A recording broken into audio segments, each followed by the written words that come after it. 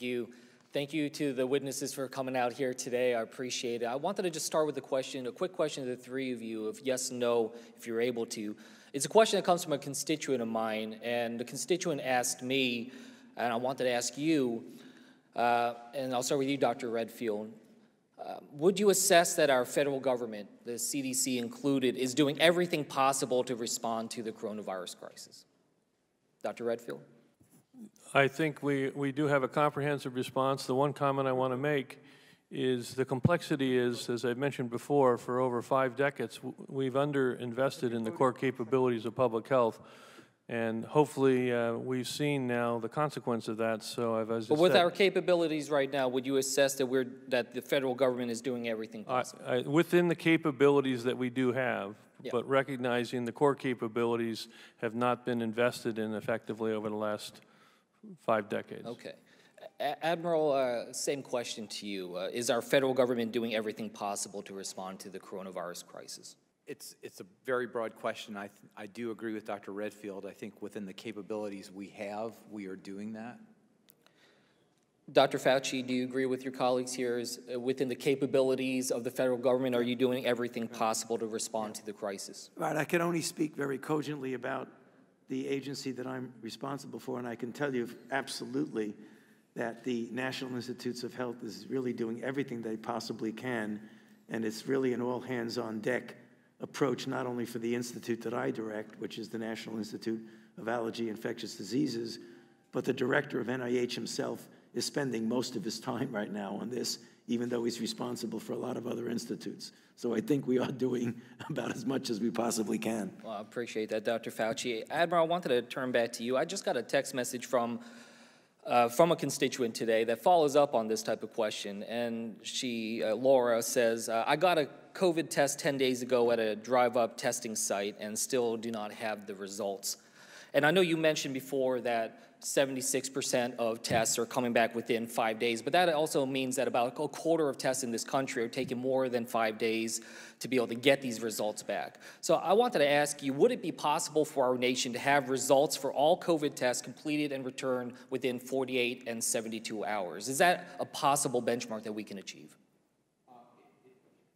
It is not a possible benchmark we can achieve today, given the demand and the supply. It is absolutely a benchmark we can achieve moving forward.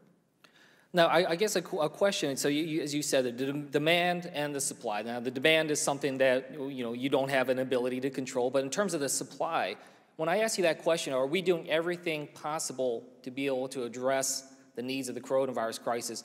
What would you say to Laura here? Is the federal government doing everything that they can possibly to be able to try to get that testing timeline down to 48 to 72 hours? I do believe we are.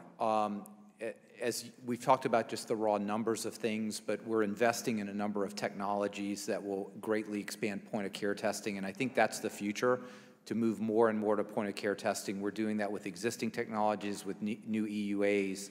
Dr. Fauci talked about the NIH's efforts, and I think there'll be a lot of announcements from them this morning as well. So that's where we're pointing, because point of care gives you a result in 10 Well, I was really minutes. interested in what you said, earlier in this hearing, which was about, trying to get point-of-care testing to nursing homes and long-term care facilities. I agree with that greatly.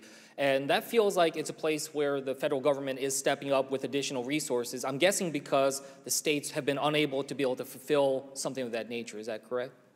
We always wanted to do that, but we did not have the physical technologies that were available. With the recent approval of a second point-of-care instrument and the manufacturing, we were able to do that. We were not, and it's literally as soon as that happened, we put that into gear.